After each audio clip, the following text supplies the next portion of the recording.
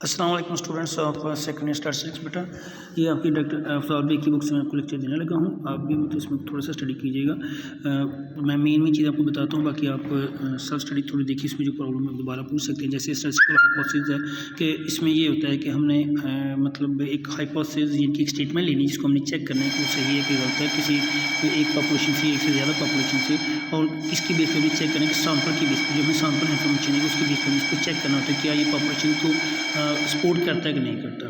उसमें आगे है जी null hypothesis, alternative hypothesis and assumption to be test, यानी कि वो अजम्पशन या वो स्टेटमेंट जिसको हम टेस्ट करना चाहते हैं फॉर पॉसिबल रिजेक्शन के लिए कि ये कितने इसकी चांसेस रिजेक्ट होने की, उसको हम क्या कहते हैं नल हाइपोथेसिस, और इसको हम डिनोट करते हैं H नॉट से। ठीक है। उसका अल्टरनेटिव जो हाइपोथेसिस होता है यानी कि एक हाइपोथेसिस पेश किया जाता है लाइक जैसे ये जो बल्ब है इसकी जो लाइफ है 10 ईयर, ये इसको हमने चेक करना है कि क्या वाकई 10 ईयर है। तो अल्टरनेटिव है कि 10 ईयर नहीं है इसकी लाइफ। ठीक है। उसमें दो पॉसिबिलिटी आ जाती है, जैसे यहाँ पे उसने एग्जांपल में दिया है तीसरे पैराग्राफ में कि H not is equal to mu is equal to 16 years, और इसके वर्सेस में आगे लिखा है H1 होता है अल्टरनेटिव हाइपोथेसिस की नोटेशन होती है, या हम H से डिनोट करते हैं H1 से डिनोट करते हैं। उसमें लिखा है mu is not equal to 16 year. फिर उसके बाद ये भी पॉसिबिलिटी है कि H1 में हम लिखेंगे mu is less then 16 year या H1 is greater then 16 year. तो उसके बाद फिर नेक्स्ट इसकी जो पॉसिबिलिटी है ये इसने 5 एग्जांपल्स दिए हैं। जैसे alternate average domestic consumption of electricity is 50 units per month. ये उसने हिसाब से म्यू की वैल्यू लिखी थी, उसकी H नॉट है, किसमें उसने H1 दिया है। तो मैं बड़ा सिंपल सा आपको मेथड बता देता हूँ कहाँ पे हमने H नॉट लिखना होता है, कहाँ पे जिसमें इक्वलिटी का सिंबल आ जाए ना, मतलब इक्वल आ जाए या लेस देन और इक्वल टू या ग्रेटर देन इक्वल टू या एट लीस्ट या एट मोस्ट। ठीक है। जिसमें इक्वलिटी का शो ऑफ हो वो H नॉट होता है, और जिसमें सिर्फ ग्रेटर देन का सिंबल हो या नॉट इक्वल हो या लेस देन का सिंबल हो वो अल्टरनेटिव में आता है। इक्वल का सिंबल कभी भी अल्टरनेटिव में नहीं आएगा। ठीक है। तो ये इसकी पॉसिबिलिटी 3 पॉसिबिलिटी हो सकती है। जैसे अगर एक में है कि H नॉट में इक्वल आ रहा है तो H1 में नॉट इक्वल आएगा। अगर H नॉट में है जी greater than and equal to तो H1 में लेस देन आ जाएगा। अगर H नॉट में लेस देन इक्वल टू है तो H1 में ग्रेटर देन आ जाएगा। यानी कि ये 6 पॉसिबिलिटीज़ होती हैं 3 के हिसाब से, एक में 2 आएंगी। तो उसके बाद ये simple and composite index number आ जाता है। एग्जाम्पल आपने स्टडी करनी है पूरी। उसके बाद इफ़ अ हाइपोथेसिस, ये सिंपल एंड कंपोजिट की मैं बात करने लगा। If a hypothesis completely specifies the distribution, it completely specifies the form of the distribution as well as all the parameter, it is called a simple hypothesis. यानी कि जिसमें हमें पता चले कि इसकी वैल्यू क्या है। जैसे इक्वल में आ जाता है, यानी कि म्यू इज इक्वल टू 16, हमें पता चल गया है कि ये इक्वल में है, यानी कि एग्जैक्ट इसकी वैल्यू 16 आ रही है, तो इसको सिंपल हाइपोथेसिस कहेंगे। लेकिन अगर आ जाए जी mu is greater than equal to 16, तो ये हमें क्लियर तो ना वैल्यू तो बेशुमार आ सकती है 16 से ऊपर 17, 18, 19, तो क्लियर नहीं है, ये कंपोजिट हाइपोथेसिस आ जाता है। जैसे अगर उसने डेफिनेशन भी लिखी है, if the hypothesis does not completely specify the distribution, it is called a composite hypothesis. Suppose that the age distribution of the first year college student is normally distributed with mean mu and variance 25, then H naught is equal to mu is equal to 16 is a simple hypothesis because it is completely specify the distribution. On the other hand, if H1 mu is less than 16 or mu is greater than 16, it is a complete composite hypothesis since it does not completely specify the distribution. उसके बाद आ जाती है बात type 1 error and type 2 error. Whenever we reject और accept a statistical hypothesis on the basis of sample data, there is a possibility of an incorrect decision. ठीक है। कि जब हम किसी भी हाइपोथेसिस को वेन एवर वी रिजेक्ट और accept statistical hypothesis on the basis of the sample data, there is a possibility of an incorrect decision if we either accept a true hypothesis or reject a false hypothesis, we have made the correct decision. However, if we either first part we reject a true hypothesis or accept a false hypothesis, we have made an incorrect decision. दोबारा बेटा understand करें।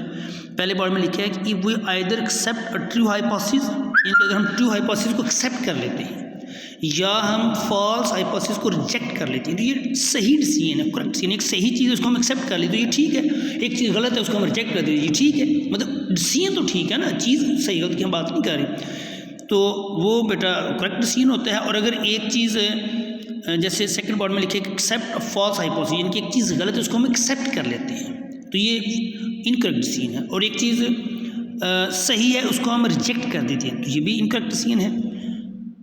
तो इसी से वो type 1 error आती है। We have made an incorrect scene, these two types of errors are called the type 1 error and type 2 error. ये जो इनकरेक्ट सीन होती है ना, ये जो एरर आ रहे हैं हमारे, इसको हम इनकरेक्ट सीन को हम एरर बेसिकली कहते हैं, और एक का नाम हम रखते हैं टाइप 1 एरर और एक का हम नाम रखते हैं टाइप 2 एरर। अब हमने देखना है कि टाइप 1 एरर हमने किसको कहना है और टाइप 2 एरर किसको कहना है। तो ये वाज़ेह नज़र आ रहा है कि टाइप 1 एरर क्या है कि rejection of H not when H not is true, यानी कि जब एच नॉट इज़ ट्रू था हमने उसको रिजेक्ट कर दिया, हमने उसको रिजेक्ट कर दिया, सही चीज़ को हमने रिजेक्ट कर दिया, इसको हम कहते हैं टाइप 1 एरर। और टाइप 2 एरर कब है, जब एक चीज़ सही थी, जब एच नॉट गलत था तो हमने इसको एक्सेप्ट कर लिया, ठीक है, तो ये टाइप 2 एरर आता है। उसने वो H1 की शक्ल में कर दिया ना, व्हेन H1 इज़ ट्रू, लेकिन हम उसको ये भी लिखते हैं when H not is false, तो हम उसको एक्सेप्ट कर लें।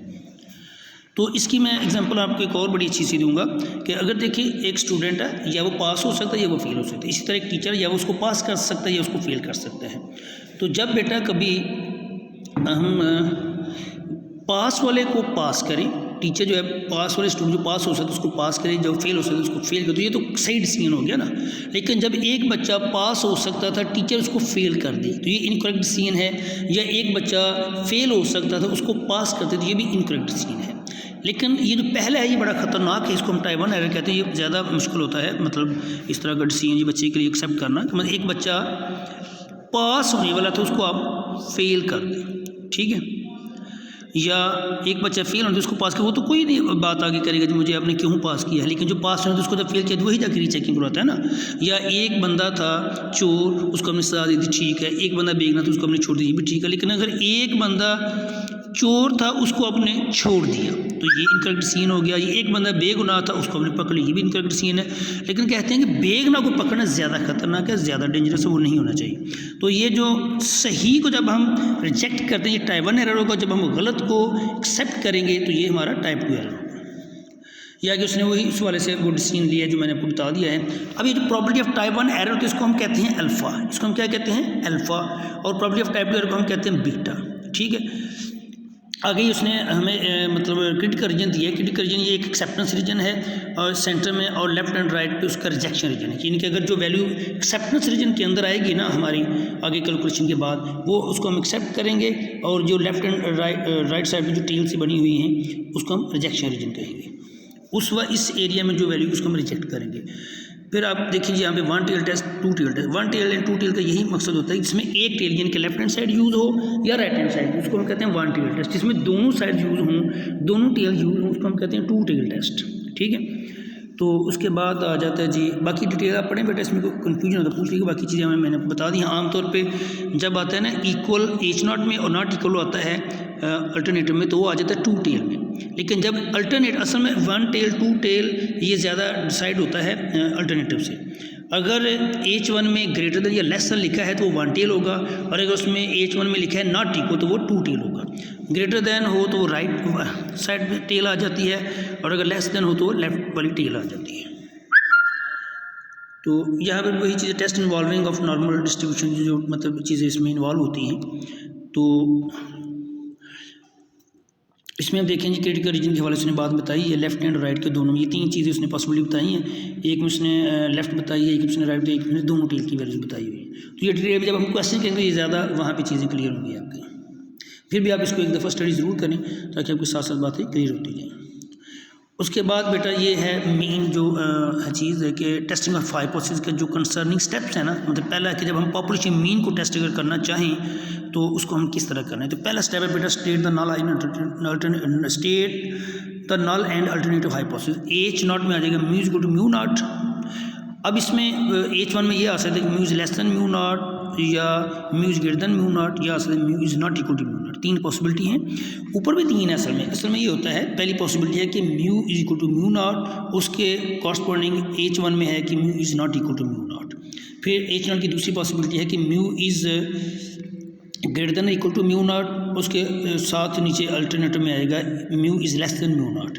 फिर तीसरी पॉसिबिलिटी है कि mu is less than equal to mu not H not में, और H1 में आ जाएगा mu is greater than mu not उसका आउट। लेकिन चूँकि H नॉट की तीनों पॉसिबिलिटी में इक्वल ज़रूर आता है, इसलिए अगर हम वो एटलीस्ट वाला सिंबल नाम भी लिखें तो खाली इक्वल से भी हम उसका लिख सकते हैं। पहला स्टेप होता है हाइपोथेसिस को डिफाइन करना H0 और H1 में। दूसरा स्टेप होता है कि किस लेवल ऑफ सिग्निफिकेंस पे हम चेक करना। लेवल ऑफ सिग्निफिकेंस क्या होता है, वो जो टाइप 1 एरर की प्रोबेबिलिटी है ना, वो हमने बेसिकली यहाँ पे लेनी होती है, कितने चांसेस हैं कि वो उसकी रिजेक्शन की। तो वो अल्फा हमने देखना, ये अकर होने के टाइप 1 एरर के अकर होने के चांसेस हमने देखने होते हैं। तो हमेशा वो कम ही होते हैं, हमको पता है कि मतलब एक चीज़ अगर 100 में से 90% ख़राब हो तो ख़राब ही हुई ना, सही तो ना हुई। तो आमतौर पे हम 2, 4, 5, 10% को ही एक्सेप्ट कर सकते हैं, इतना अगर हो तो फिर हम एक्सेप्ट कर लेंगे, वरना मुश्किल है। तो वो अल्फ़ा ले लेंगे। यहाँ पे तीसरे स्टेप में आ जाएगा कि कौन सा हमने फार्मूला लगाना है, ये इसने बीच में छोड़ा हुआ है, वो हम जो बीच में लिखेंगे हम तीसरा स्टेप टेस्ट स्टैटिस्टिक, उसमें वो फार्मूला लगेंगे जो हमने यूज़ करना है, ठीक है। चौथे स्टेप में हम फिर क्रिटिकल रीजन लिखेंगे, ये जो उसने लिखा है ना Z is less then minus Z alpha, और फॉर अल्टरनेटिव रीजन कि जब म्यू इज लेस देन होगा म्यू नॉट, तो फिर हम लिखेंगे Z is less then minus Z alpha, ये इसका पेट फार्मूला है। फिर उसके बाद अगर अल्टरनेटिव हाइपोथेसिस में होगा mu is greater than mu not, तो इधर हम लिखेंगे Z is greater than Z alpha, और अगर लिखा है mu is not equal to, फिर हम लिखेंगे Z modulus greater than Z alpha by 2। 1 tail में अल्फा आता है तो 2 टेल में अल्फा बाई 2 आता है, क्योंकि बेसिकली होल हमने अल्फा बनाना होता है, एक्सेप्टेंस रीजन हमेशा 1 माइनस अल्फा होता है, तो इसलिए फिर हमने उसको वो कंप्लीट करना होता है। तो ये 3 पॉसिबिलिटी हैं, यूज़ एक नहीं होना होता है, जो अल्टरनेटिव होगा उसके हिसाब से हमने क्रिटिकल रीजन चूज़ करना होता है। और 5वें स्टेप में, ये मैं 5वां स्टेप लिख रहा हूँ कंप्यूटेशन का, इसमें हमने फार्मूला जो पीछे तीसरे स्टेप में लिखा होता है टेस्ट स्टैटिस्टिक, वो हमने यूज़ करना होता है। 6ठे स्टेप में हमें उसका कंक्लूजन निकालना होता है, ठीक है। तो अब इसका एक क्वेश्चन करते हैं, फिर आपको असल में ज़्यादा सही समझ आएगी इस टॉपिक की। जैसे लिखा है, sample of 900 plants is found to have mean 34 centimeter, can it be reasonably regarded as a random sample from a large population with mean 32 cm and standard deviation 23 cm, use 5% level of significance।